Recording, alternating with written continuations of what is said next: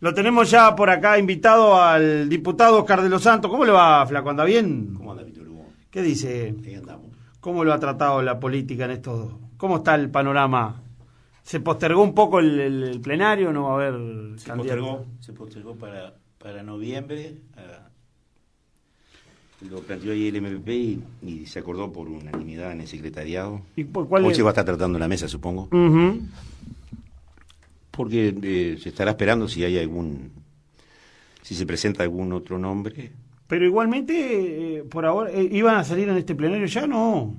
O sea, Claro, el estatuto prevé que 60 días antes del Congreso el plenario debe avalar los nombres para llevar al Congreso. ujú. Y lo que se hace es postergar ese plenario, que sería este domingo, para la primera semana de noviembre. ¿La alianza qué va a hacer?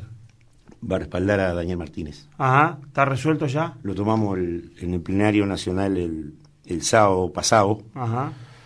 En la Huella Sereni se realizó, hubieron 16 departamentales y una opinión de los compañeros de la Alianza de Buenos Aires que la mandaron, y salió por unanimidad de las 16 departamentales, con alguna opinión con algún otro nombre, pero no, las 16 departamentales. Porque yo la oída que tenía era que antes, cuando se manejó, porque era lo de Mario Vergara, había una posibilidad, por lo menos a alguien le gustaba, ¿no? Ese nombre. Y hay nombres que se cruzan y que le gustan a compañeros distintos. El tema es que en un momento de definir hay que tomar Claro. partida por uno y decirla. Aparte, lo de Vergara salió tarde también, ¿no? Sí, igualmente no. Puede ser que algún compañero lo considerara, pero no fue de los nombres Ujú. que venían manejando las departamentales, ni en Montevideo la dirección local de Montevideo, ni los núcleos compañeros nuestros en el interior, el nombre Vergara como la alternativa. Allí, esencialmente, la corriente fue volcándose hacia Daniel Martínez casi naturalmente, sin problema. Ujú. Coincidencia en este caso con Darío. Sí, vamos a votar el mismo precandidato. Eh, por lo menos por algo se empieza. No, no sé la valoración del sector de Darío. La nuestra tiene que ver con las características de Daniel, por la experiencia que tiene como ministro, como presidente de una empresa pública, como senador, como intendente, la capacidad de diálogo que ha generado Montevideo para el fondo de inversión. Ujú. Su rol de una generación del 83 que lo encontró presidiendo el sindicato de ANCAP, en lo que fue el primer acto del PIT, Ujú. en el proceso de salida de la dictadura, y estos elementos fueron conformando una figura de ese cambio generacional que se expresa, que fue creciendo. Naturalmente yo creo que ahí esa generación del 83 fue ubicando a través de nombres de distintos compañeros y encuentran en Daniel, creo que una opinión favorable. Veremos si ese es el resultado de la interna en junio, ¿verdad? Cuando Ujú. con los demás compañeros y compañeras participen en el proceso de la interna. Pero de alguna forma, para esta etapa concreta desde el punto de vista electoral, para nosotros es el mejor candidato. Hay una buena oferta de candidato igualmente al frente, ¿no? Con mucha Sí, renovación, sí. por lo menos en lo que uno puede establecer en primera instancia. No sé si... Creo que en ese sentido hay una buena propuesta, ¿no? De nombres. Es una cosa buena para el Frente Amplio la diversa propuesta que hay, diversa en generación, en género, en experiencia, en origen, y es parte de un proceso natural que se va a ir dando de cambio generacional, también de cambio en el cuerpo de las ideas de la izquierda y del Frente, que veremos cómo abordamos ahora el Congreso del 6, donde no solo vamos a habilitar candidaturas, sino vamos a definir el programa, pero se está haciendo con naturalidad, sin conflictos ni estertores. Una generación que de alguna forma quedó como parte del proceso de la transición entre la dictadura y el primer gobierno de Montevideo, que se fue consolidando con liderazgo como el de Tabaré, el de Danilo, después de José Mujica, el propio Mariano Arana en su momento en Montevideo, figuras que nos permitieron ese puente de cambio generacional hasta que viene y que creo que nos pone como organización política en muy buenas perspectivas de cambio. ¿Cómo ves la mano El otro día hablamos con Darío acá a propósito de hacer una especie de proyección o de ver cómo viene la mano. Muchos hablan de que dan por seguro que el Frente Amplio no saca la mayoría parlamentaria, cosa que yo no descarto. Pero sí que el panorama, evidentemente, regional y una cantidad de cuestiones juegan. ¿Cuál es la perspectiva que vos le ves a la justa electoral? Por más de que falta todavía, pero uno puede descartar que el Frente Amplio no logre mayoría parlamentaria en la próxima elección. No se puede descartar porque las elecciones son el día de la elección y el proceso de debate previo y el mismo día en la decisión que toma la gente nadie puede saber si vamos a tener mayorías parlamentarias o no. Es posible. Es muy difícil hoy mirándolo en términos objetivos, visto el piso de voto del que arrancamos, en el estado de ánimo, una parte importante de aquellos que nos votaron y que se mantienen enojados, molestos. Es muy difícil de prever que el Frente Amplio asegure mayorías parlamentarias. Es una posibilidad, pero no necesariamente tiene que ser así. El tema que hay allí es si efectivamente ese proceso de acumulación de la izquierda, después de 3 periodos de gobierno, en el programa que aprobemos en diciembre, es capaz de expresar un amplio abanico de sectores sociales, de realidades de carácter nacional que no solo se expresan en la zona metropolitana, y ese proyecto le da certezas a la gente, como yo creo somos la única fuerza que puede dar certezas, de mantener el rumbo de izquierda y de cambios que nos permita consolidar lo hecho, lo cual va a ser muy difícil. Vamos a pasar por momentos muy complejos, el mundo está muy complicado para colocar nuestra producción, el pensar en mantener las conquistas, el sistema de seguridad social, permitir seguir creciendo y distribuyendo el ingreso, el abordar temas nuevos que nosotros mismos generamos porque construimos otro país y ese país nos interpela hoy, tiene que ver con concentrar más las políticas vinculadas a lo que significa la primera infancia, los aspectos vinculados a la vivienda que están en el programa como parte de su desafío, los temas de la propia educación, los temas de la matriz productiva del país, en un mundo que cambia tecnológicamente de forma permanente. Bueno, si esa propuesta es capaz de representar un abanico amplio de sectores, será un proceso de síntesis donde el Frente Amplio seguirá gobernando. Si no gobernara con mayorías parlamentarias, el Frente Amplio tendrá que plantearse cuál es la coalición, que ya no solo se tendrá que ser del Frente Amplio para asegurar la gobernabilidad, pero se definirá entre octubre y noviembre del año que viene. La sensación que uno tiene es que, uno ve, yo por lo menos veo hay una proliferación de otras propuestas de partidos menores. Yo no veo tampoco que el Frente, si pierde la mayoría, la pierda a costilla de los blancos y los colorados. Da la sensación de que puede haber, que hay sectores chicos, que el Partido Independiente, que la Unidad Popular, que este partido de Novi, que uno no sabe a dónde llega, pero da la sensación que ese es el nicho de voto que para el lado donde la gente puede. Uno no se imagina a los frente amplistas votando en los partidos tradicionales. Ya pasó en la elección pasada. Sí. Donde también perdieron votos, ¿no? Perdió el Frente algún voto y perdieron los partidos tradicionales, no crecieron. Sí. Más enojados que convencidos de cambiar. Sí, el debate ahora, que tiene que ver hoy esencialmente la izquierda, seremos ¿cuántos? 600.000, 650.000 que nos autodefinimos de izquierda. Y el debate y la discusión por el centro político, en términos ideológicos, políticos, culturales, de valores, es el debate que tenemos. Y ese debate tiene cuestiones que hay que profundizar.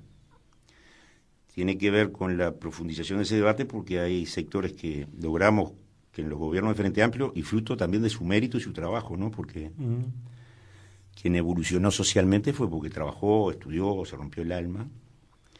Pero en esas condiciones favorables hubo gente que prosperó.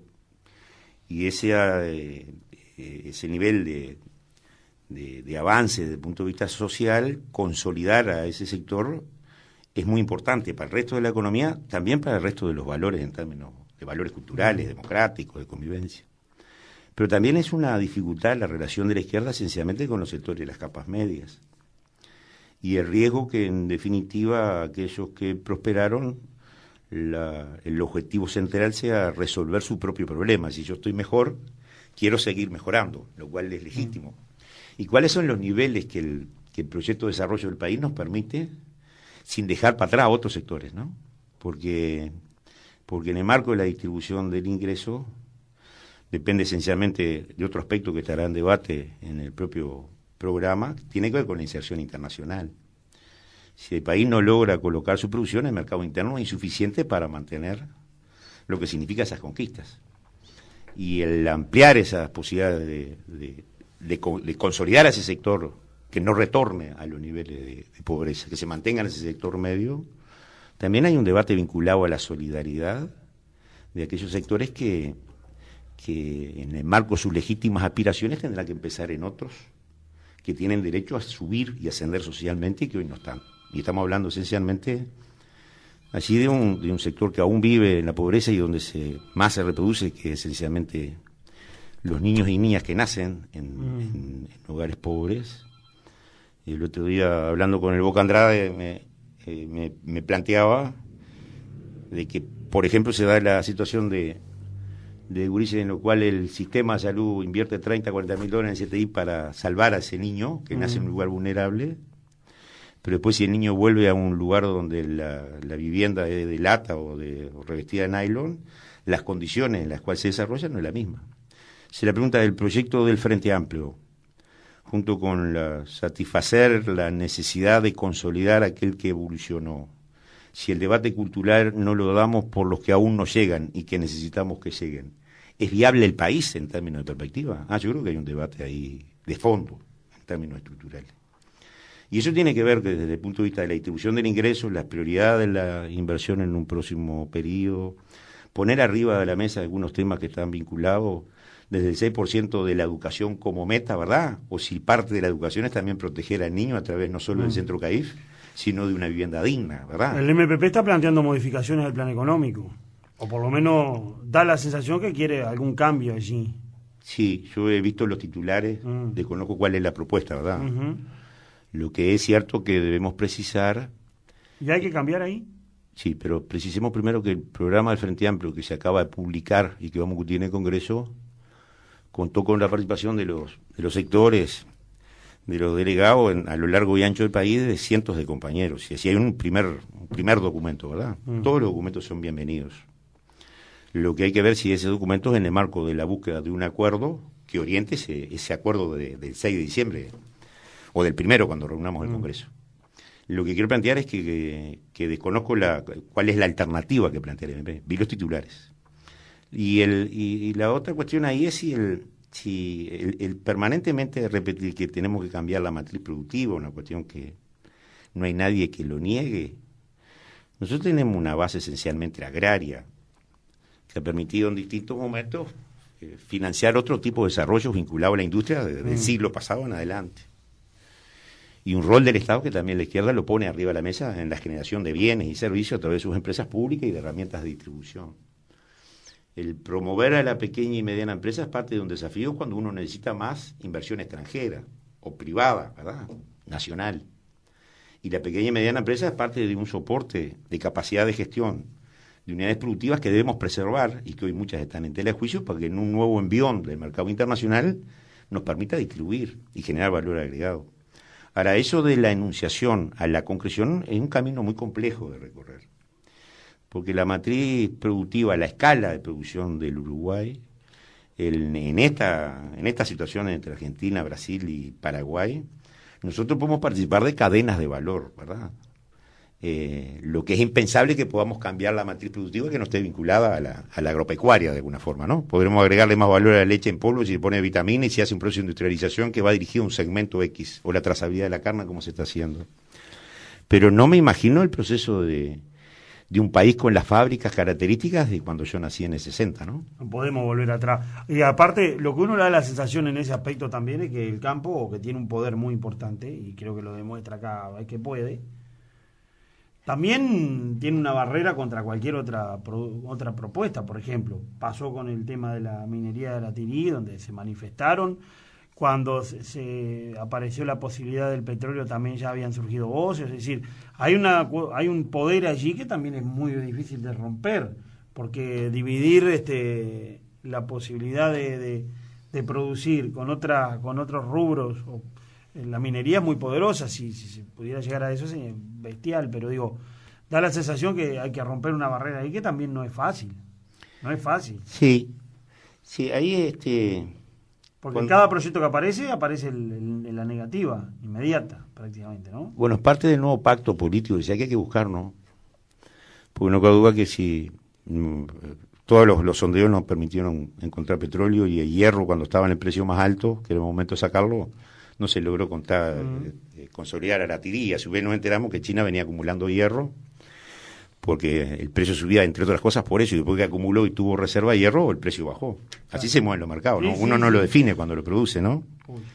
Y esto estaba en paralelo, estaba la eventualidad del puerto de aguas profundas, que yo creo que sigue siendo, sigue siendo una meta de estudio del propio gobierno, de estudio desde el punto de vista de la investigación. Yo creo que por ahí hay que seguir explorando, no es que se cayó el planteo, las condiciones y la coyuntura actual no permitieron, pero es parte del cambio de esa matriz productiva. Si uno tiene reserva de mineral y esa reserva le permite invertir en innovación, en tecnología, en capacitación, en generación de nuevas cosas. La madera hoy, planteada como no solo celulosa, sino como fibra, utilización de fibra para adelante, es parte de lo que PP está analizando en términos del Uruguay de los próximos 20 o 30 años. No nos podemos imaginar mantener las conquistas, que la sociedad siga evolucionando y lograr un país mucho más equitativo, pensando el país que hemos vivido hasta ahora, el país que construimos hasta ahora necesita construir otro país sobre él. Lo que uno le queda también cuando se habla de pequeña y mediana empresa, el país ha brindado facilidades muy importantes, impositivas a grandes empresas para que se instalen acá. Ahora uno nota y ve las quejas, se quejan como loco los pequeños comerciantes, los medianos comerciantes que los matan y que no pueden sobrevivir a los impuestos, que no pueden sobrevivir a todas las cargas tributarias, a las obligaciones laborales. Eso determina, por ejemplo, que comercio pequeño trabajen los dueños y no tomen gente. Eso lo conocemos, la realidad esa, el Maldonado, y la conozco muy bien. Entonces, quizá haya que rever alguna cuestión, invertir también un poco, buscar por ese lado. Yo sé que me dirá, hay programas y hay todo, pero a ver, un chico que va a gestionar un préstamo blando, como se dice, o lo que sea, le piden hasta la cédula de la gallina. Esas cosas no se han roto, todavía se siguen, por más que... Entonces, quizás haya que mirar un poco hacia la pequeña y mediana, en ese sentido, con cuestiones internas que también fomentan el trabajo, ¿no? Es la que más genera trabajo. La pequeña y mediana empresa genera más del 80% del empleo. Y ahí el tema desde el punto de vista del tratamiento preferencial, desde el punto de vista tarifario, público y otras cuestiones, parte junto con el tema de asegurar el proceso crediticio, entre otras cosas. Ahora se aprobó una ley que promueve el tema del crédito a la pequeña y mediana empresa, es parte de la estrategia de desarrollo. Ahora, yo quiero plantear de todas formas, porque si no estaría dando una respuesta muy fácil, que es que el Uruguay, junto con ese proceso, si nosotros no logramos que existan inversiones grandes que permitan flujos de recursos frescos y que generen una transformación en las capacidades del país, nosotros no podemos sostener inclusive esas pequeñas y medianas empresas. Porque sencillamente esa pequeña y mediana empresa trabaja para el mercado interno cuando es comercio o participa de alguna cadena de valor, o sea, transporte u otras, en los procesos de exportación. Entonces, la primera cuestión que tenemos allí es, nosotros somos un país tomadores de precios. Cuando ese pequeño o mediano empresario participa de la venta en escala, de la exportación, tiene ganancias en función de los precios que fijan los mercados internacionales. Lo que hoy estamos discutiendo no estaría discutiéndose en el 2010-2011, porque los precios eran mucho más altos. Y las inversiones que vinieron durante todo este periodo lo que permitieron fue generar una masa crítica de recursos que después se distribuían en el mercado interno, y el bolichero, el barrio, el pequeño comerciante, el tendero trabajaba a partir de ese mercado y esa dinámica que se generaba. Pero se generaba a partir de lo que gastaban los trabajadores, fruto de las inversiones estas que venían. Y esa discusión está planteada a rojo vivo en la izquierda. Está planteada porque hay quienes creen legítimamente, yo no cuestiones, no comparto porque el mundo, si yo diera esa respuesta tan fácil, dentro de un año sé que entro en contradicción. Nosotros necesitamos seguir trayendo inversiones. Y el problema es que efectivamente las inversiones, cuando eligen el lugar, las eligen en función de las condiciones económicas que se den. Créeme que no me gusta para nada que así sea. Ahora, no es lo mismo el país con las inversiones que hemos tenido que sin las inversiones que hemos tenido hasta ahora. No sería el mismo, ¿verdad? Estaríamos viendo el país del 2004, del 2005. No por la crisis, sino por la capacidad de producción. Producíamos 17.000 millones de dólares del PBI. Estamos cerca de los 60.000, casi lo cuadriplicamos. Y eso permite ingresos de impuestos, de movilización de recursos, de gente que va y se compra la ropa, compra la comida, es decir, moviliza el mercado interno. Y esa inversión empezó a bajar. En términos generales, las medidas tomadas en Estados Unidos, como las otras medidas proteccionistas, hacen que la gente haya vuelto, después de la crisis financiera, al primer mundo a invertir. Fuimos muy atractivos, pero nos dejó elementos muy importantes también ese proceso. El otro día un estudio en Río Negro sobre el rol de la pastera habla de que efectivamente el nivel social de la gente se elevó porque se mantiene así, no solo por la obra, sino por lo que siguió funcionando. Y ese proceso, como significó también en Maldonado el desarrollo de la construcción o el turismo, elementos que hay que seguir promoviendo y fomentando, son elementos que permitió que la gente saliera de la situación que estaba. Ahora el problema es cómo se mantiene esa gente, pero sin esa inversión no era posible. Si nosotros hubiésemos pensado solo en planes de viviendas sociales, ¿verdad?, o lo que es obra pública, esos montos de inversión no hubiesen estado, no se hubiesen transformado en salario, no se hubiese transformado en poder y capacidad de compra, e inclusive, cuando el PBI crece por debajo de lo esperado, el mercado interno ha sido un elemento dinamizador. ¿Por qué? Y porque el salario, la jubilación, la pensión del trabajador que fue creciendo le permite hoy volcarlo al mercado y eso nos compensa. Ahora, eso solo no lo podemos mantener eternamente. Y en paralelo, un elemento también en favor de toda esta cuestión es que el Uruguay aprovechó las capacidades que habían en el mundo, como por ejemplo la energía eólica, que fue atractivo, porque en Europa no era atractivo, ¿no? Porque en Europa era mucho más caro la incorporación de molinos para generar energía. Y cuando uno sale a buscar nuevas inversiones, perdón, aparte del marco jurídico, la estabilidad política, institucional, el decirle a un país que tiene infraestructura y servicios de telecomunicaciones, que tiene una materia energética que puede sostener una capacidad productiva, porque no la teníamos, ¿verdad? Son elementos que el inversor pone arriba de la mesa. Claro, cuando lo miro en el momento concreto, inmediato, yo decía, a mí no me atrae mucho que una tercera papelera, pero cuando voy a Durazno y Tacuarembó, cuando pienso que estamos construyendo el tren, si efectivamente se concreta, cuando podemos ampliar el puerto, yo podré discutir con la gente del campo, podré discutir con otros actores la minería, pero no veo otra posibilidad de que el país siga creciendo así para poder mantener lo que hemos logrado y lograr que otros sectores asciendan. Si alguien tiene una fórmula distinta, que no sea mágica, ¿no? Porque la economía tiene una serie de comportamientos científicos y las variables de distribución también. Si alguien tiene una alternativa que yo no veo, en términos de alternativa al Frente Amplio, lo que veo son ideas despegadas de que vamos a mantener tal cosa, vamos a hacer tal cosa, no me gusta lo que pasa con la UPM2, pero no hay un planteo integral de cómo van a financiar las jubilaciones, las pensiones, el Sistema Nacional Integrado de Salud. Ayer miraba a 81.000 personas operadas de los ojos que no veían en este país, que no tenían acceso a un oculista. Bueno, la pregunta es cómo van a resolver eso.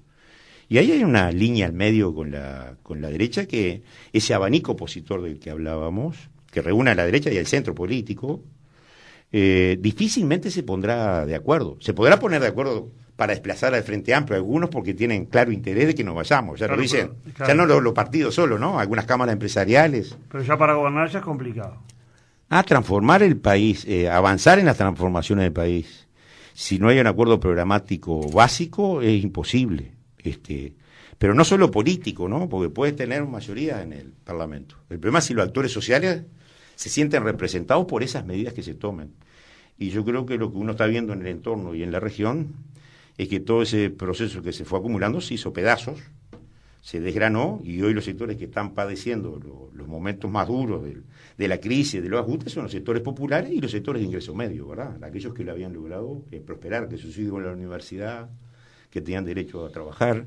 Esas cuestiones empiezan a romperse cuando no hay un programa que asegure un rumbo y que tenga como meta un proceso gradual de avance. Hay quienes querrán que de pronto vayamos más rápido, pero el mundo también nos condiciona. Ahora, también uno piensa en ese debate que da la izquierda y que seguramente va a seguir dando, pero sigue existiendo algunos prejuicios, da la sensación, ¿no? Los tratados de libre comercio son un problema cada vez que se van a tratar. Uno le queda la sensación de que más allá de las ventajas y desventajas está el tema de que con este sí, con este no, y ahora acabamos de ver cómo se bloquea la posibilidad de una inversión en Montevideo, porque me parece que también pesa el nombre de quien está detrás de la inversión. A uno le da esa sensación. Ahora, ahí hay una contradicción, o sea, hay que avanzar, pero ¿avanzar qué es avanzar? ¿Hacia dónde? Sí, ahí tenemos una discusión en la izquierda, es parte de ese debate programático. Seguimos con los estigmas de países, de personas. Yo qué sé, uno piensa, ¿no? Sí, a ver, yo creo que no se puede generalizar porque hay concepciones en el Frente Amplio que conviven ideológicas distintas y es parte de la riqueza y es parte de la dificultad de la búsqueda de acuerdo, ¿verdad? Ahora, el Frente Amplio tiene las capacidades políticas por su acumulación larga en el tiempo de llegar a acuerdos programáticos que permitan ir transitando ese camino. Y cuando digo esto, lo digo porque no es nuevo en el Frente Amplio. El Instituto 1815, promovido por Seregni en su momento, cuando nos planteó la necesidad que nos teníamos que preparar para gobernar, y a veces generó escozor en algunos sectores de la izquierda, es lo que nos estaba planteando Seregni en aquel momento, es, compañero, salimos de la dictadura, hemos resistido, somos una organización política, tenemos representación parlamentaria, representamos un sector de la sociedad, pero tenemos que prepararnos para ser gobierno, y el transformar desde el Estado y el construir políticas públicas es un desafío. Y nos interpeló Seregni. La pregunta es, esas decisiones que nos permitieron llegar al gobierno con un programa que se nos enjuicia porque no es el mismo de 71. No es el mismo, no lo puede ser, porque la realidad cambió, porque el escenario cambió, obviamente, porque la realidad comercial cambió. Y la otra cuestión tiene que ver la inserción internacional y la política exterior como parte de la política pública, la política Estado, en la cual también tenemos diferencias. Nosotros tenemos que colocar nuestra posición en el país que nos compra siendo eficiente, competitivo, con productos de calidad. Los aspectos vinculados a la política internacional de defensa de los derechos humanos, de la discusión vinculada a las calidades democráticas, es un aspecto en el cual tenemos diferencias. Ahora, nosotros estamos dirigiendo el Estado, y dirigiendo el Estado y abriendo mercados, como hemos abierto más de 150 países, que hoy nos permite mantener una red de comercio importante. Este logro que es parte de lo que nos permitió avanzar y nos permitió crecer y distribuir, yo no lo puedo sacar de arriba de la mesa. Porque si alguien me dice que sin colocar esa producción podemos mantener estos estándares de vida, digo, no, eso no es cierto. Claro. La segunda cuestión es, si me pides que piense igual con respecto al tema de Venezuela, de Nicaragua, de la situación de Brasil, de Argentina, y no pensamos igual, tenemos matices, tenemos diferencias en la valoración de la democracia, tenemos diferencia en términos de cómo se han hecho esos procesos y los errores que se han cometido, y también tenemos la conciencia de que esos procesos que pasan ahí no son aislados de otros objetivos que tienen que ver con el comercio, con el petróleo y otras cuestiones. Ahora, mirar ese mapa, yo no puedo decirle al compañero del Frente Amplio que piensa distinto que el planteo que yo tengo es el que es válido, ni él me lo puede plantear a mí. Y tendremos que transitar un camino que nos permita seguir abriendo mercados, colocar nuestra producción, ver si los tratados de libre comercio como TLC, ya es una cosa que después que lo discutimos parece que hubieran desaparecido, ¿verdad? Porque el Transpacífico, que era Estados Unidos, de alguna forma, Canadá, México y los países sobre el Pacífico, con China, Estados Unidos se metió para adentro y declaró la guerra comercial a China. Hoy China es una gran economía que tracciona a parte del mundo. La pregunta es, ¿nosotros podemos ir solo con China un acuerdo en estas condiciones? El Mercosur, que parece que se espatarra, es un proyecto que es viable. Es viable desde el punto de vista económico, y sí, el primer país que exportamos nosotros es a China, el segundo es Brasil. ¿Qué va a pasar con Brasil ahora? Sí. ¿Y cómo colocamos nuestra producción de la región en China, verdad? Bueno, esa discusión tiene mucho marco de incertidumbre, y en ese debate programático, la consigna o el objetivo que tenía hace 3 meses, el último domingo de octubre, Bolsonaro me lo puede cambiar. Y puede volver a una economía cerrada, de ultranacionalismo. Entonces, que no es nuevo en Brasil, que no es nuevo brasilero, es tradicional, ¿no? Que es tradicional Y que en ese sentido el programa, si quiero quedarme con la consigna que tenía y quiero elaborar un discurso a partir de allí, puedo quedar navegando en el aire. En ¿verdad? Brasil se dio al revés que en otros países. Uno dice, la derecha cierra, la izquierda siempre apuesta a cerrar y la derecha a abrir. En Brasil fue lo contrario totalmente. Sí. Porque las experiencias mundiales, o sea, por lo menos regionales, han sido así. Siempre la derecha pregonó el neoliberalismo y vamos a abrir todo. Y sin embargo en Brasil se da al revés. No digo que se practicó el neoliberalismo en la izquierda, pero evidentemente hubo una concepción más regional que lo que plantea la derecha brasilera, que es absolutamente... Y que teniendo en cuenta que es un país muy poderoso, además, ¿no? Es el país de este continente, ¿no? Y Claro. hacia dónde va Brasil hay que abrir los ojos, porque por lo menos la historia indica Sí. que esos rumbos se toman. Ahí la discusión de fondo, con resultados inciertos, aún con una situación muy compleja, no solo desde el punto de vista económico, político, sino desde el punto de vista democrático. Yo no sé cómo nos vamos a relacionar si mañana lo que era el lío de la leche que iba, o los subproductos lácteos que iban hacia el sur de Brasil, y el ministro de Hacienda de Brasil con el gobernador de esta zona trataba de defender a los productores locales. Uh-huh. Yo no sé cuál va a ser el comportamiento si efectivamente se cierran más. Porque para la escala que nosotros producimos, claro, no Porto Alegre ya obviamente es una potencia, ¿no? Ya está. Ahora, ¿esa discusión la podemos obviar en el programa? No la podemos obviar. Y vas a tener que negociar con ellos. Ganando Bolsonaro, gane el que venga. Bueno, que país a país la negociación es esa. Ese es el gran dilema que tenemos. Yo creo que el Frente Amplio lo vamos a resolver bien. Y eso no significa que se me retuerzan las tripas cuando veo lo de Bolsonaro y cómo sus prédicas ideológicas son capaces de ganar a la mayoría en esta primera vuelta. Veremos qué pasa en la segunda, con un resultado muy complejo. Todo el indica que no hay vuelta. Porque ahora, esa pérdida de valores, yo coincido con mis compañeros del Frente Amplio, de que efectivamente es un retroceso desde el punto de vista de la evolución democrática, es un retroceso desde el punto de vista de la convivencia, que haya pasado lo que pasó. Ayer los medios anunciaban o denunciaban de que a una mujer le hicieron una acrobática con cuchillo, que otro lo golpearon porque era homosexual, a una mujer porque andaba con la bandera de el ENAO, ¿verdad? Estamos hablando de convivencia concreta. Si esos temas se dan, si los nacionalismos, si la xenofobia, si un montón de cosas más, los cambios culturales que pueden operar son bestiales. Uruguay tiene un reservorio de valores democráticos, de convivencia extraordinario. Somos un país distinto, pero no cabe duda que está habiendo un cambio que se va a expresar en la materia de comercio, que se va a expresar en la materia de las relaciones sociales, humanas, y también del gran capital, ¿no? Porque en Brasil hay grandes capitales que van a cinchonear para que Brasil vuelva a ser la gran potencia que imponga. Uh-huh. Bueno, el planteo de la izquierda en Brasil era un planteo de trabajar junto con los países de la región, porque su fortaleza estaba con generar un bloque de Brasil con India, China y Rusia, lo que se llamaba BRIC, porque para pararse esencialmente frente a Estados Unidos y otros mercados. Esa estrategia fracasó.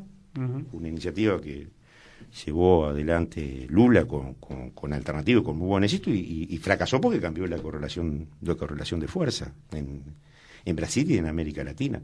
Ahora, yo creo que al margen de las dificultades, nosotros es muy difícil pensar el país que no sea en clave de región, más allá de los gobiernos sean de izquierda o de derecha, imaginarnos fuera de este vecindario, ¿verdad? Porque buena parte del mercado, casi el 38% de la producción nuestra va dirigida, de las exportaciones van a este país, van a estos países, la región Brasil y Argentina, ahora bajó un poco más Argentina, aunque el principal hoy comprador siga siendo China. Nos metemos en lo departamental, en la aldea. ¿Cómo está la mano? ¿Cómo está la interna? A ver, lo del gobierno departamental. Se acaba de aprobar una ampliación presupuestal. ¿Cuál es la lectura primaria con relación a eso? ¿Es más de lo mismo? ¿Se reafirma el modelo que lleva adelante el gobierno departamental? Sí. La primera cosa, Víctor Hugo, me llama la atención es que desde que milito en política, desde el 84, pasando por todos los gobiernos democráticos, es la primera vez que veo una adecuación presupuestaria que haya tenido tan poco debate público. Una cosa casi en silencio, pasó desapercibida. esos debates, tú lo conoces bien como periodista y porque participaste en distintos lugares. Sigao en cada momento era un centro de debate importante, ¿no? Y más la última adecuación presupuestal. Bueno, me parece que no hubiese habido adecuación presupuestal. El título, yo creo que oculta el fondo de la adecuación presupuestal, ¿no? Es una adecuación presupuestal que para afirmarlo otra cosa, primero es deficitaria y el déficit más grande de la historia de Maldonado, ¿no? No tiene antecedentes. De los 2.200 millones de pesos no hay ninguna rendición de cuenta que haya tenido ese déficit. Si esto con la línea de crédito se le llega a sumar el fideicomiso, puede llegar a superar el 60% de la recaudación. No, ya es el más grande de la historia, puede ser un elemento complejo a abordar para un próximo gobierno. Llegamos a una situación que puede ser insostenible ya. Porque hasta ahora los déficits se han manejado. Sí, se han manejado. Es como en la familia, hay crédito manejable, déficit manejable y ya cuando pasa a la otra etapa, ¿no? Sí. ¿Podemos estar frente a eso? Sí, yo creo que estamos frente a una situación que, y dejo la constancia para que cada uno después lo recuerde y lo anote, pero puede significar que la campaña de 2019 estimule al Partido Nacional de Maldonado y a su precandidato presidencial, el ingeniero Antía, a gastos exacerbados que en el 2020, antes inclusive de la elección departamental, financieramente la Intendencia no puede hacerse responsable de los compromisos financieros que tenga. Ese es un problema real. Primero porque la recaudación en enero y febrero se paga los créditos que se toman del año anterior, así se financiaba, y particularmente en el segundo semestre es cuando se toma nuevamente el crédito, ¿verdad? Eso lo hemos hecho históricamente. Pero con cifras que cuando nosotros llegamos era del 50% de la recaudación, lo bajamos al 39% el déficit de la recaudación. Ya esta cifra es bastante más alta y si se llega a consolidar el fideicomiso va a superar el 60%. El primer tema, la situación financiera va a ser muy complicada para un nuevo gobierno. Y ya vale la pena advertirlo porque también dependerá del resultado del próximo gobierno, cómo gestiona y administra esa situación, sea del partido que sea. La segunda cuestión es que la Intendencia deja una serie de gastos fijos de funcionamiento que se han ido incrementando. De funcionamiento estoy hablando del rubro cero, salario, del cargo de confianza, de subrogaciones, de contratos de pequeña y mediana empresa, de la Fundación A Ganar. Deja una estructura de cómo funciona, que después que uno lo pone a funcionar es como la piscina, ¿verdad? Hiciste la piscina, pusiste el agua caliente en la caldera, tienes que mantener la caldera, el agua caliente. La piscina más vale ni hablar, porque de eso se encargan chetas y tienen material en pila. Claro, pero digo, son gastos que se transforman en fijos, ¿verdad? Sí. Y esos gastos fijos se incrementaron en el primer año en 200 millones de pesos y este año en otros 400. 400 millones de pesos, estamos hablando del orden de los 13 millones de dólares por año, ¿no? Si cuando uno le suma el gasto de funcionamiento permanente eso, la alternativa es dos, o la financia con crédito o baja la inversión, que es lo que pasó hoy en el tercer capítulo. La inversión vino bajando de forma sostenida. Yo pido que la gente se pregunte cuál es la hora que ve en términos de inversión. Y cuando uno ve los programas de vivienda que se están terminando, que venían de convenio del gobierno anterior, la perimetral en San Carlos, que están empezando a hacer el relleno, y después una serie de obras de mantenimiento, de servicio de la ciudad. Pero obra que uno diga, hay una inversión que se destaca en cordón, cuneta, pavimento, iluminación, vivienda nueva con recursos frescos, no hay. Para la gente, ahora, ¿es lo que quiere la gente? ¿Quiere que se invierta en eso o quiere que hagan lo que está haciendo la Intendencia? Arreglando parque, plaza, poniendo en condiciones algunos espacios públicos, quizás atendiendo la cuestión chica. ¿Qué es lo que quiere la gente? ¿Quiere inversión? No sé qué es lo Porque uno... vos decías muy bien hoy, la ampliación presupuestal no se discutió, tampoco ve movilización, ni ve grandes protestas. ¿Y cómo es el tema entonces? Está bien. ¿Está equivocado el gobierno o está equivocada la oposición? ¿Quién está equivocado? No. Vos planteás una serie de inversiones. La gestión del Frente Amplio hizo una determinada cantidad de inversiones muy importante. Y ahora, yo me pregunto, ¿qué inversión habría que hacer, por ejemplo, en Maldonado? Grande. ¿No? El tema vivienda está bien. Ahora, hay una escasez de trabajo brutal. El intendente dijo que va a volver el trabajo. De hecho, no ha vuelto. ¿No? Quizás la obra pública, para generar empleo. ¿Por dónde hay que apuntar? No solo yo no sé qué es lo que quiere la gente. La gente tiene derecho a querer y decidir lo que quiere. Porque esa voluntad, por suerte, está en el individuo, en la sociedad, y eso es un valor muy importante. Ahora, nosotros como proyecto de izquierda tenemos que plantear a la gente qué es lo que nosotros queremos, cómo vemos a ese Maldonado, qué es lo que queremos hacer de ese Maldonado. Tenemos la obligación, y podemos estar en coincidencia con la gente o no. Y esa discusión es de fondo también. Porque si todos hablamos lo mismo, decimos lo mismo, que está bien así, bueno, lo que pasa es que a ti de repente leyó así, bueno, las obras están hechas. Ahora yo lo que tengo que hacer es mantener, y con menos plata me da para eso. Está bien. La lectura ahora, que hace. Muy bien, cuando el Frente Amplio aprueba la propuesta y se la lleva, que no le contestó nunca Antía, ¿verdad? Y uno va al norte de San Carlos y falta cordón cuneta y pavimento de gente que compró su terreno y está haciendo su barrio. Cuando el parque industrial en Pan de Azúcar, para que se apruebe como tal, hay que hacer la infraestructura de saneamiento. No hay ni un peso para eso. Cuando los aspectos vinculados a la tierra que dejamos comprada se está vendiendo y no hay compra de tierra nueva. Cuando las viviendas que estaban financiadas se terminan y no hay inversión en vivienda nueva con recursos propios. Cuando voy a la capuera del balneario Buenos Aires y la gente está planteando la necesidad de la tierra para construir allí un centro educativo de educación media y hay dificultades para conseguir la tierra, cuando la mitad de la capuera del balneario Buenos Aires tiene infraestructura de saneamiento y habría que pensar con los fondos de desarrollo del interior, los recursos nacionales, poder poner cordón cuneta, pavimento, alumbrado, para decir, cubro la parte de la mitad del barrio. Cuando en Maldonado Nuevo se hizo el teatro que se acaba de inaugurar sin mobiliario, y la idea era generar así también una piscina y un centro polideportivo, cuando en el mismo sentido había que trabajar en la capuera de balneario Buenos Aires o en ampliar hacia el norte de San Carlos otros servicios públicos. Para nosotros, el ahorrar en funcionamiento y ensanchar los servicios de calidad a otros sectores que no acceden, para nosotros es prioritario. ¿Eso gana o pierde? Yo no sé, pero es una definición política nuestra. Y esa definición política que la pusimos en práctica, ¿no?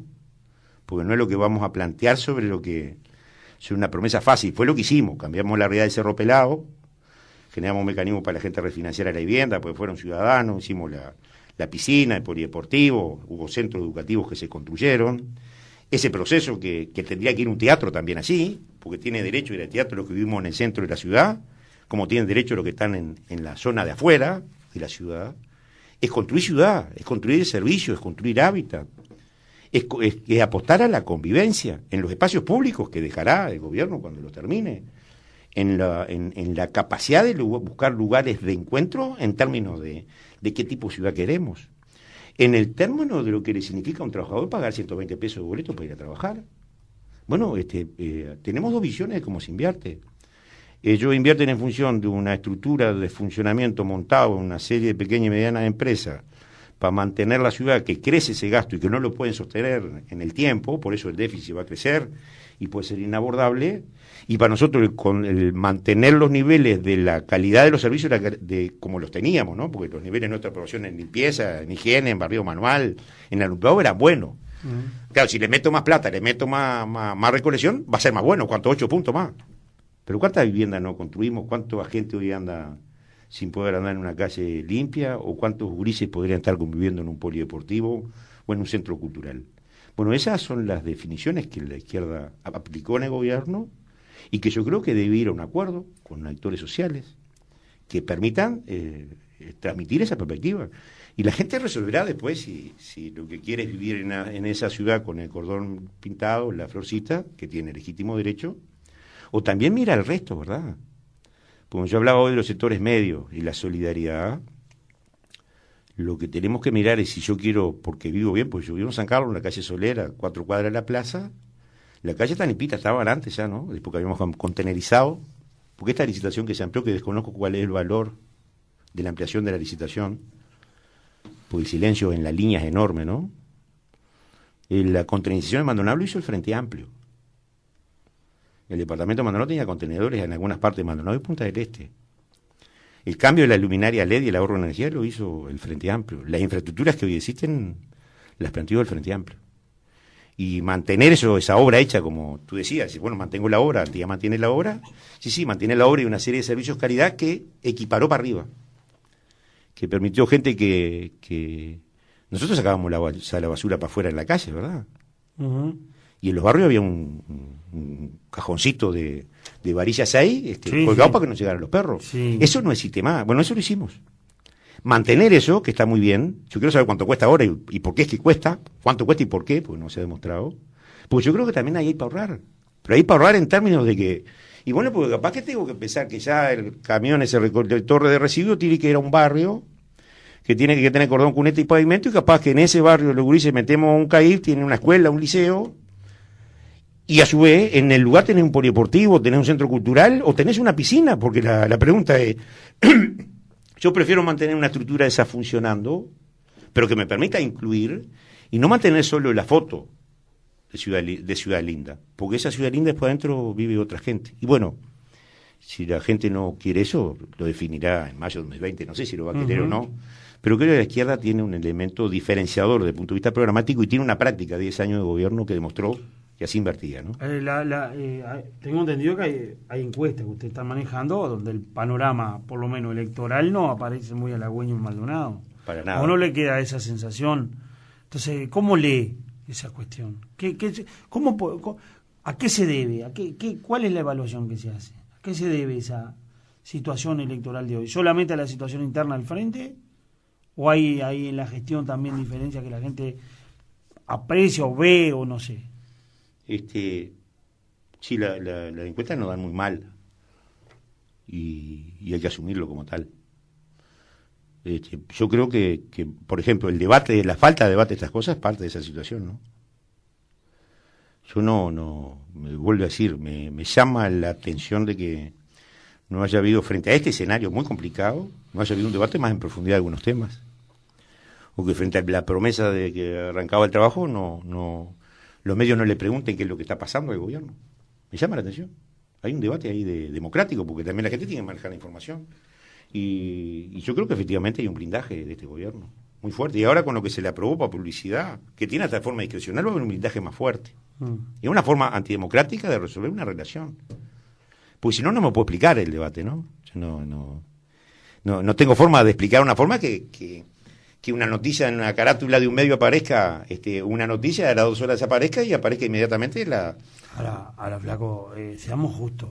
Sí. Los medios, el 90% son de derecha en este país. El Frente Amplio ha sido incapaz de sostener un medio. Sí. ¿Ah? Porque ha sido incapaz. Sí. Le ha pasado acá, le ha pasado en todos lados. Si yo me pongo a mirar medios de comunicación, digo, no hay uno que sobreviva. Estando el Frente Amplio en el gobierno. Acá hubo diarios de izquierda, hubo radios de izquierda, acá se desarmó todo.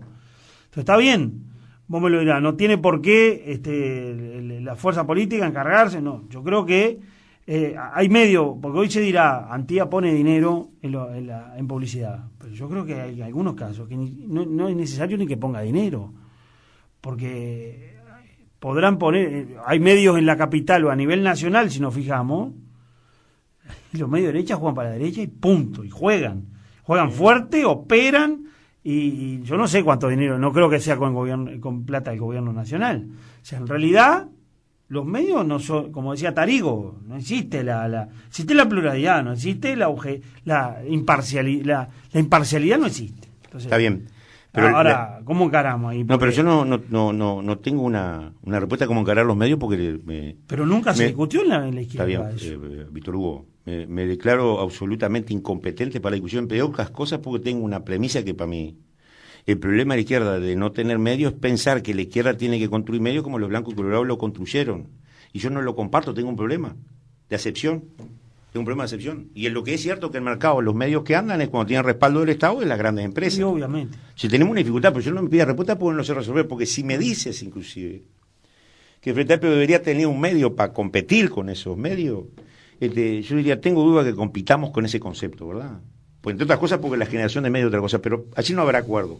Pero te paso a la segunda parte de la pregunta que vos hablabas de la encuesta y porque nos daba mal, y el proceso de la interna. Nosotros tenemos un problema en la interna, ahora acaba de salir una terna del Frente Amplio, se acaba de aprobar el secretariado, se va a hacer una conferencia de prensa el martes, creo que es para presentarlo.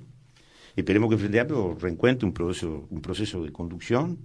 Venimos de un proceso de crisis, ¿verdad?, con la renuncia. Fracasó la anterior mesa. Fracasamos. Ahora, no era momento de hacer, por ejemplo, yo en aquel momento fui muy crítico, me pareció a mí que saliendo de una de una derrota electoral daba toda la sensación que había que buscar algún acuerdo para llegar con alguna lista única, y creo que al final se terminó pagando eso.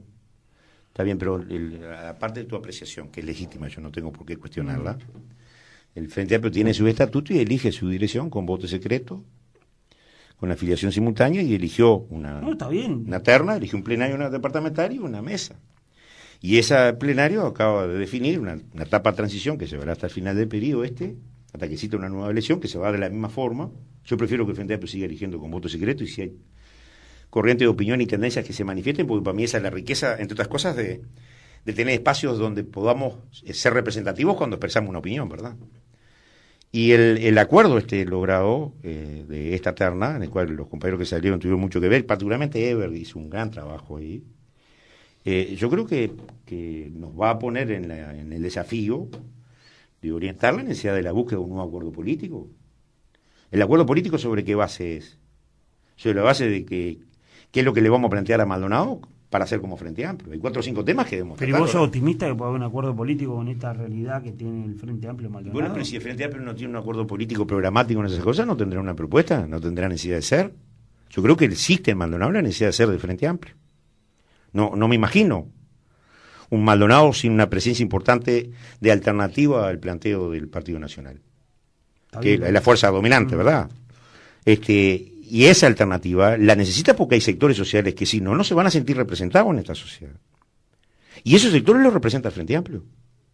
La pregunta es, ¿seremos capaces de tener un programa común para darle respuesta? Bueno, yo no sé.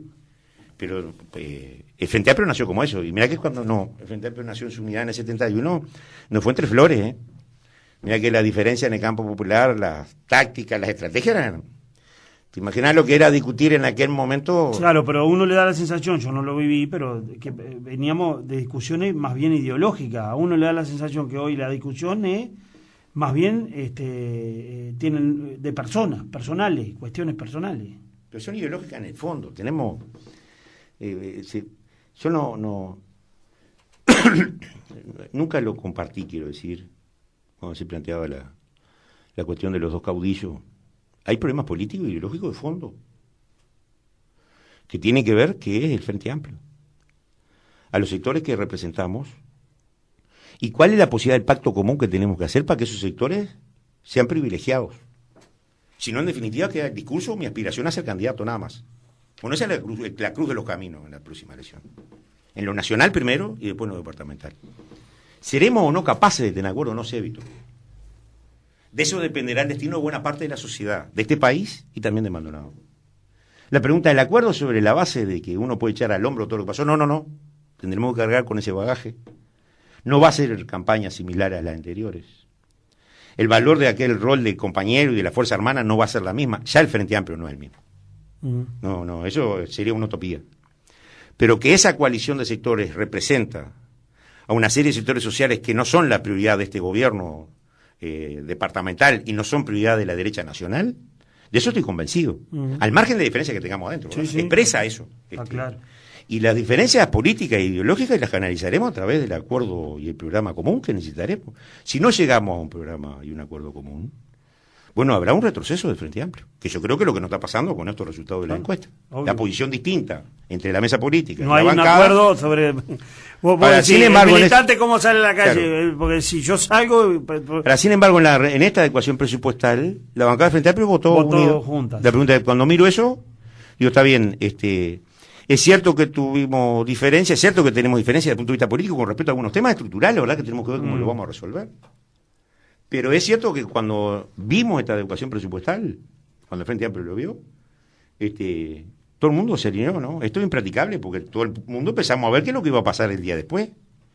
E imaginarse llegar al gobierno con las condiciones que va a dejar esta adecuación presupuestal, para cualquiera que quiera llegar, ¿no? Y para una fuerza política como el Frente Amplio que puede competir, no había mucho margen para decir, no, pará la mano loco porque no va a dejar hasta enganchado hasta por las próximas generaciones, vas a tener un gasto de funcionamiento que después no lo voy a poder asumir, y hay una serie de sectores a las cuales vos no das respuesta, y aparte no me respondiste la propuesta como Frente Amplio que te hice, ¿verdad? Ese planteo es un comienzo distinto. Yo creo que empezamos una nueva etapa a partir de esta adecuación presupuestaria. Claro, pero algún Frente Amplista puede decir, ahora llegan cerca de las elecciones y nos empezamos a juntar, y tuvimos 3 años tirándonos piedras, y estamos como aquello que dijo Lucía, el susto despertó al mamao. Sí, Entonces ahora tenemos la necesidad y vamos y nos juntamos. No, a ver. Pero ¿qué raíz tiene eso? ¿Se puede, el Frente Amplista puede confiar de que estamos ante una posibilidad de que, bueno, de que se junte, de que realmente haya un acuerdo, o esto es para pararnos frente a la gente, como cambiar un poco este desastre que ha sido estos 3 años? A ver, cuando hablo del Frente Amplio, estoy hablando de su estructura política, su plenario, su mesa. Si ese plenario y esa mesa llega a acuerdo político, después quienes sean candidatos tendrán que asumir que van a llevar eso adelante o no. Es una etapa distinta. Y después habrá en cada uno de los candidatos o candidatas una historia, un bagaje de experiencia, de dolores, de heridas, de lesiones que la administrará. Cada uno tenemos las nuestras. Sí, sí. Y yo sé cómo me voy a parar en la campaña que viene, con mis dolores, mi herida y con la perspectiva de lo que significa para mí la palabra compañero en otra dimensión histórica, ¿verdad? O el hermano de la fuerza política. Yo tengo eso claro para mí, es mi interior, no voy a hacer catarsis ni terapia acá, pero quiero decir que en mi comportamiento práctico ya tengo decisiones tomadas en las relaciones humanas con la gente. Y no hablo de nadie ni descalifico a nadie. Tengo mis decisiones tomadas como me llevo con la gente. Está bien. Ahora, desde el punto de vista programático, estoy convencido que la única alternativa que existe es que esa organización política se ponga de acuerdo y que después sus candidatos se comprometan a llevar por lo menos 4 o 5 ejes centrales, ¿verdad? Estoy hablando del manejo financiero, la inversión, las prioridades, la reestructura del Estado, de la Intendencia, la promoción del empleo, con qué condiciones. Y esa cuestión, yo soy optimista, primero porque hay un bagaje anterior, más allá de los líos concretos ahora, hay un bagaje anterior que hay que recuperar. Y aparte hay una cuestión, hay algunos que vamos a desaparecer rápido. Lo que no somos conscientes es que hay un tiempo de vida útil en términos de tener capacidad de iniciativa y de propuesta y conducir procesos. Si es que queremos ser una fuerza transformadora. Hay que ver en 5 o 10 años más qué es lo que sucede con el Frente Amplio. Sí, sí. Y ojo a aquellos que crean que somos los dueños de la manija. Los cambios generacionales se están dando a nivel nacional, también se va a dar en el Maldonado. Demorará más. Obvio, sí, claro. Entonces, preparémonos porque el día después que no estemos liderando procesos, vamos a tener que convivir con otras generaciones, mirarla a los ojos y decirle cuánto me aportaste a mi generación o cuánto daño me hiciste, ¿verdad? Y como vamos a vivir en los mismos barrios, en los mismos pueblos, vamos a pasar por las mismas calles, el valor de la mirada pasa a tener un grado sustantivo superior, que tiene que ver que ninguno de nosotros va a poder dejar rendir cuenta de lo que hicimos. Y capaz que aparece una nueva dimensión de la palabra compañero o hermano o hermana de Frente Amplio. Flaco, ¿qué pasa en la alianza? Susana Hernández abandonó la alianza. ¿Es fruto de los problemas en la propia mesa? ¿Cuál es la realidad del sector hoy? Sí. Yo en 5 minutos me tengo que ir, pero no por esta pregunta, ¿verdad? Pero Susana ya dio su respuesta, yo no puedo contestar arriba de ella, ¿verdad?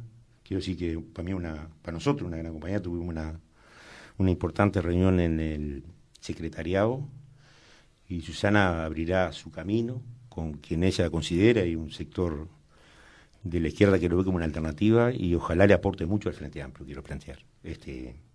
Creo que tiene mucho para aportarle al Frente Amplio. Y le aporte lo mejor porque es una gran persona aparte, es una excelente persona. Lo que es cierto es que la Alianza estamos en un proceso ahora, estamos pensando en una convención en la primera semana de noviembre del espacio 738, que efectivamente no éramos la misma alianza que éramos. Es un espacio más menguado, que efectivamente tenemos dificultades, que hemos tenido que tener una actitud en la Junta casi en primera línea de oposición, que a su vez hemos tenido que defender el gobierno nacional en momentos muy complejos y hemos tenido que pagar ese gasto, pero lo hemos hecho convencido de que hay que hacerlo, y porque a su vez dentro del Frente Amplio hemos mantenido iniciativas desde la presidencia, de llevar a Susana a la presidencia hasta resolver este tema de la terna junto con otros sectores, que la vida definirá dónde estamos parados en las próximas elecciones, en la interna y en las nacionales y en las departamentales. Ahora, la alianza tiene un rol para jugar. Yo creo que es ir a un espacio más amplio, porque creo que ahí van a converger otros sectores, no sé si es posible unirlo o no, pero que tienen sensibilidades sensibilidades muy similares a las nuestras, ¿verdad?, en algunos temas. Y en definitiva también la propia alianza progresista, la incorporación de otra gente, la fisura que tuvimos tiempo pasado, nos está pasando factura. Y sobre ese piso que vamos a empezar a construir, abrir caminos para una nueva etapa. Quiero decir también que en la elección interna había quienes anunciaban nuestra muerte, ¿verdad?, desde el punto de vista político. ¿En cuál interna? En la interna del Frente Amplio pasada. Y fuimos la primera fuerza. Quiero decir porque somos conscientes de dónde estamos parados, de las dificultades que tenemos, pero uno percibe en la calle, cuando habla con los compañeros, y ¿qué van a hacer? ¿Qué vas a hacer? ¿Cuándo nos vamos a juntar? Que hay un ambiente de gente que quiere dar batalla, por el Frente Amplio, por las ideas, y porque el sector sigue siendo atractivo. Yo creo que hay un espacio más amplio que la 738, capaz que habrá que hacer una primera etapa con la 738, pero hay un espacio que piense en Maldonado de los próximos 15 o 20 años, que tenga una propuesta que permita competir para la próxima y que acumule en un sentido de los equilibrios de Frente Amplio que necesita el Maldonado. Creo que tiene que entrar en una nueva etapa. Me quedaron preguntas, pero la vamos a dejar acá porque aparte te tienes que ir y hoy con el tema del fútbol arrancamos un poco más tarde de lo previsto y la dejamos para otra vuelta. Con mucho gusto. Pero fue un placer hablar y bueno, para mí también. Estamos en cualquier momento nuevamente por acá. Gracias por invitarme. ¿Te parece? Un placer.